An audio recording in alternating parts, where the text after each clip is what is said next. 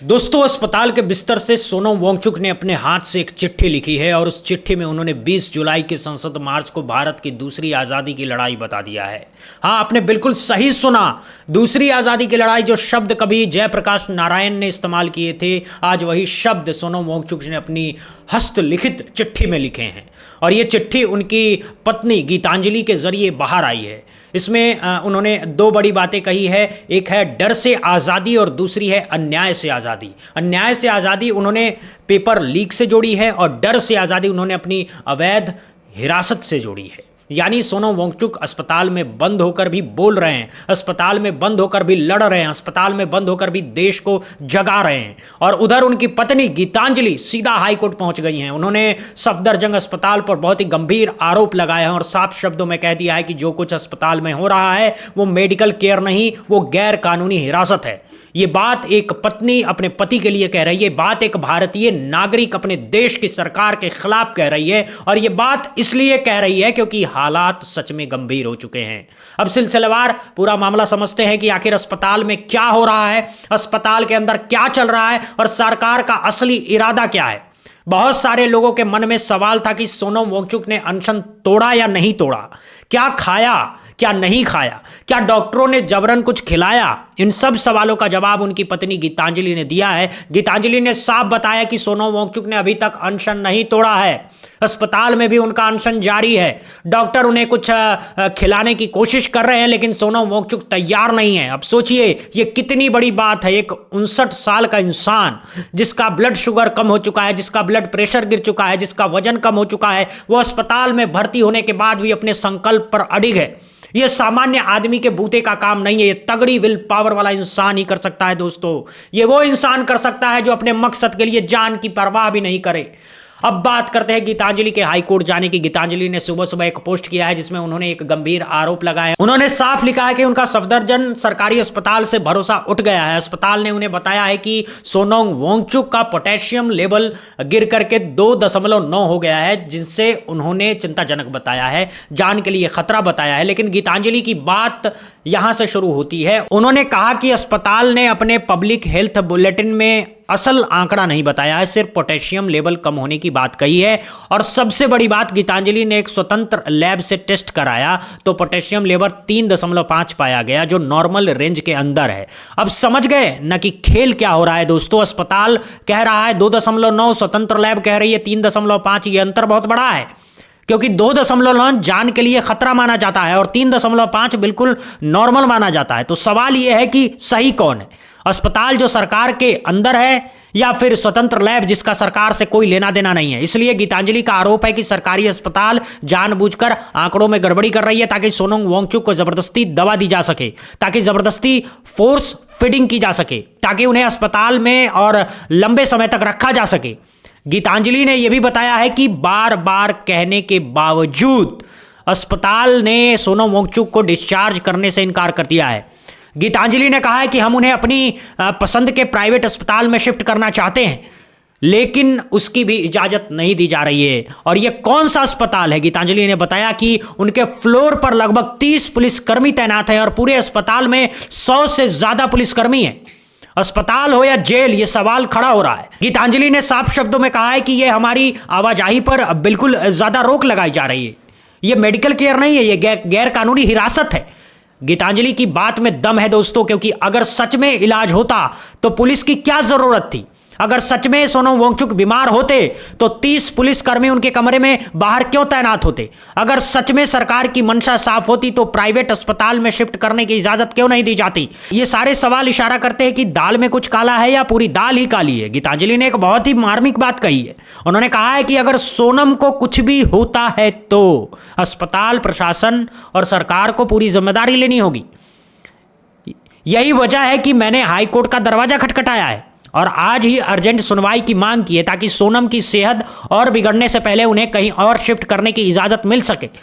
और गीतांजलि ने बहुत जरूरी सवाल उठाया। उन्होंने कहा है कि किसी भी परिवार को सिर्फ ये तय करने के लिए सिस्टम से लड़ना नहीं पड़ना चाहिए कि उनके अपने का इलाज आखिर कहां हो। ये बात दिल को छूने वाली है दोस्तों। एक पत्नी अपने पति के इलाज के लिए कोर्ट के चक्कर काट रही है। एक पत्नी अपने पति को बचाने के लिए सरकार से भिड़ रही है। एक पत्नी अपने पति को अपनी पसंद के अस्पताल में ले जाने के लिए जज के सामने खड़ी है। ये कैसा देश है, ये कैसी सरकार है कि इलाज के लिए भी कोर्ट में जाना पड़े। अब इसी के साथ गीतांजलि ने सफदरजंग अस्पताल के मेडिकल सुपरिटेंडेंट को एक चिट्ठी भी लिखी है। इस चिट्ठी में उन्होंने साफ शब्दों में लिखा है कि ये सोनम वांगचुक के अस्पताल में एडमिशन के संबंध में है। ये मेरी एक ऐसी रिक्वेस्ट है और निर्देश है जिस पर कोई समझौता नहीं होगा कि सोनम वांगचुक को मेरी मर्जी के बगैर कोई भी मुंह से देने वाली दवा या इंटरवेंशन दवा या तरल पदार्थ न दिया जाए। ये बहुत बड़ी बात है क्योंकि अब गीतांजलि ने कानूनी तौर पर लिख करके दे दिया है कि उनकी सहमति के बिना कुछ नहीं होगा। गीतांजलि ने चिट्ठी में यह भी दावा किया है कि 17 जुलाई को शाम 4:16 तक सोनम वांगचुक के सारे वाइटल्स नॉर्मल थे।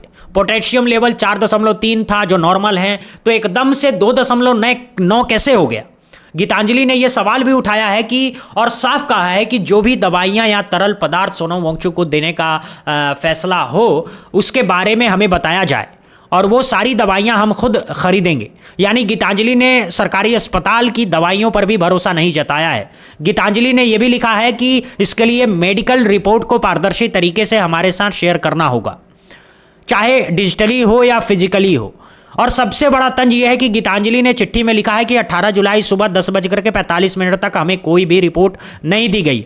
हमें सिर्फ मौखिक रूप से बताया जा रहा है कि पोटेशियम 2.9 है, यानी लिखित में कुछ भी नहीं दिया जा रहा है, सिर्फ मुंह से बोला जा रहा है। अब सोचिए, अगर सच में मेडिकल केयर हो रही होती तो लिखित रिपोर्ट क्यों नहीं दी जाती? अगर सच में इलाज हो रहा होता तो पारदर्शिता क्यों नहीं होती? अगर सच में सरकार की मंशा साफ होती तो परिवार से इतनी दूरी क्यों रखी जाती? ये सारे सवाल गीतांजलि ने उठाए हैं और अब हाई कोर्ट में उठाने वाली हैं।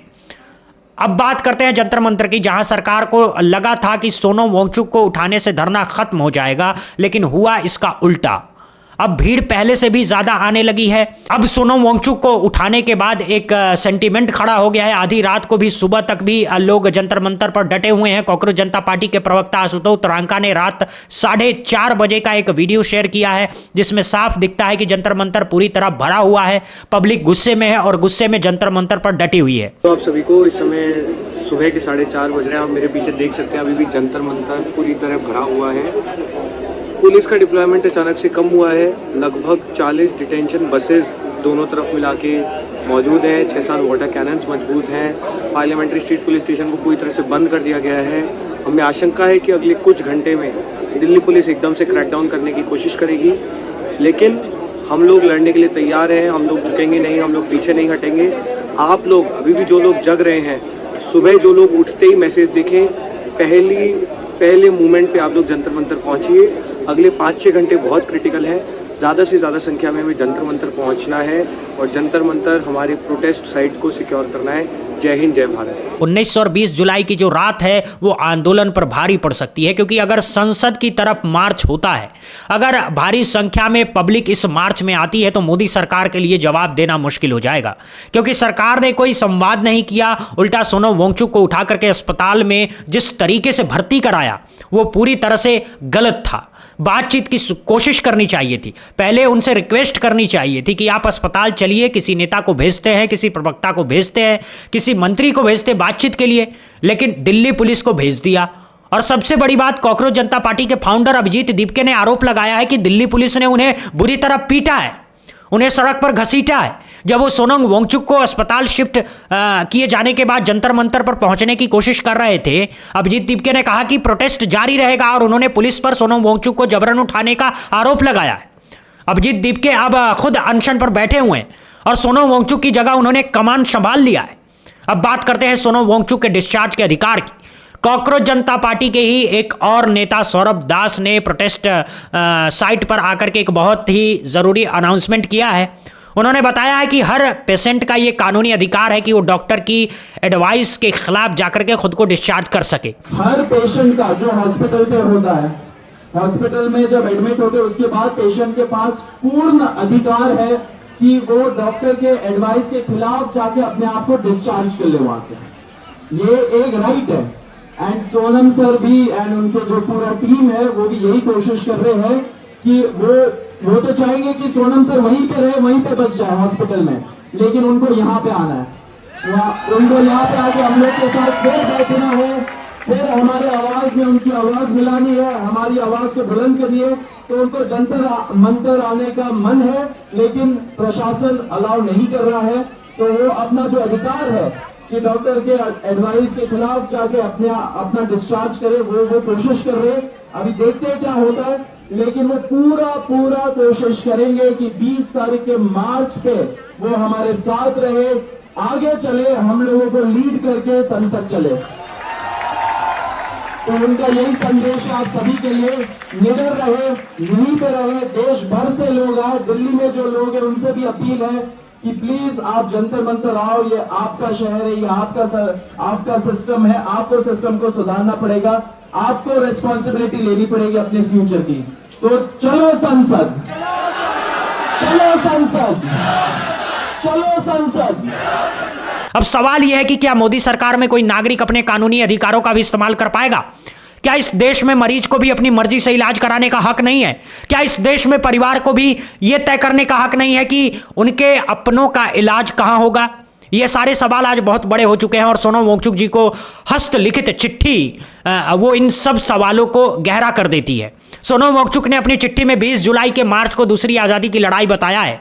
वो कह रहे हैं कि जिस तरह पहली आज़ादी की लड़ाई में हमने अंग्रेजों से आज़ादी पाई थी, उसी तरह अब हमें 2 चीज़ों से आज़ादी चाहिए। एक डर से आज़ादी, दूसरी अन्याय से आज़ादी। डर से आज़ादी उन्होंने अपनी अवैध हिरासत से जोड़ी है, यानी वो खुद को अस्पताल में हिरासत में मान रहे हैं। और अन्याय से आज़ादी उन्होंने पेपर लीक से जोड़ी है, यानी जो बच्चे साल भर मेहनत करते हैं, फिर उनका पेपर लीक हो जाता है, फिर उनकी मेहनत बेकार हो जाती है, फिर वो आत्महत्या कर लेते हैं। इस अन्याय से आज़ादी चाहिए। यह चिट्ठी अपने आप में ऐतिहासिक है, क्योंकि आज़ादी के बाद पहली बार किसी ने एक जन आंदोलन को दूसरी आज़ादी की लड़ाई बताया है। इसके अलावा सोनम वांगचुक ने अपने समर्थकों से अपील की है कि वो 20 जुलाई के मार्च को बहुत बड़ी सफलता बनाएंगे, ज्यादा से ज्यादा संख्या में जुड़े और अपनी आवाज को सरकार तक पहुंचाएं। अब सरकार के सामने बड़ा संकट है। अगर 20 जुलाई को लाखों लोग संसद की तरफ मार्च करते हैं तो सरकार क्या करेगी? क्या फिर से पुलिस भेजेगी? क्या फिर से डंडे चलाएगी? क्या फिर से सादी वर्दी में एजेंट भेजेगी? क्या फिर से पर्दे लगा करके उठाएगी? या फिर इस बार सरकार कुछ अलग सोचेगी, या बातचीत करेगी, संवाद करेगी, धर्मेंद्र प्रधान का इस्तीफा लेगी? ये सवाल बहुत बड़े हैं और इसका जवाब आने वाले 24 से 48 घंटों में मिलेगा। दिल्ली पुलिस पहले से ही साफ कर चुकी है कि धरना स्थल जल्दी से जल्दी खाली कर दे। ऐसे में कल से जब संसद के सत्र की शुरुआत होने वाली है तो क्या यह मार्च हो पाएगा?